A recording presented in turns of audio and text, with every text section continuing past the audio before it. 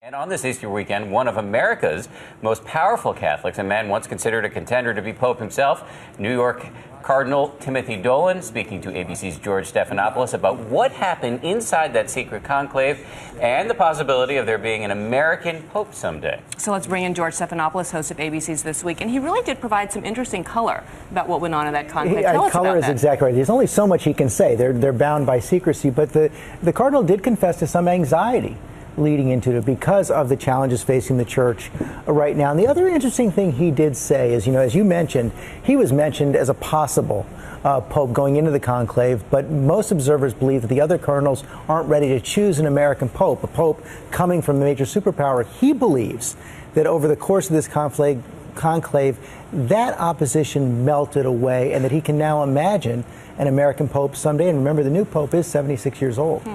That is a fascinating development in this church. Let me ask you about something a little bit more earthly, American politics. There's a lot of ink being spilled this morning, although I guess in the age of the internet we shouldn't say ink being spilled.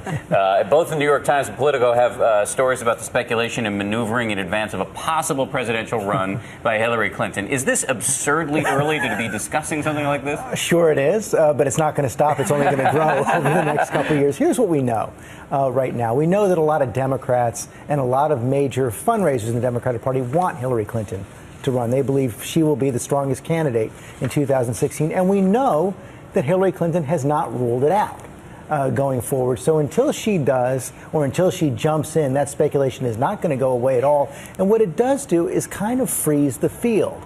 Makes it much more difficult for other potential candidates like New York Governor Andrew Cuomo, even Vice President Joe Biden, to get the kind of support they need because she's out there as the 800-pound gorilla in the race. You're watching her every move. All right, George, great to see you. Thanks, guys. Yeah, you might get in trouble for calling her 800-pound gorilla, but no, metaphorically. not literally. Just kidding. No. Just kidding. Thank you, George. Appreciate Thanks, it. By the way, guys. George has a big show on this Easter Sunday. New York Archbishop Timothy Dolan will be, as we just saw, George's guest, along with Newark Mayor Cory Booker and Congressman Peter King. It's all coming up on This Week, just a little bit later this morning with George Stephanopoulos.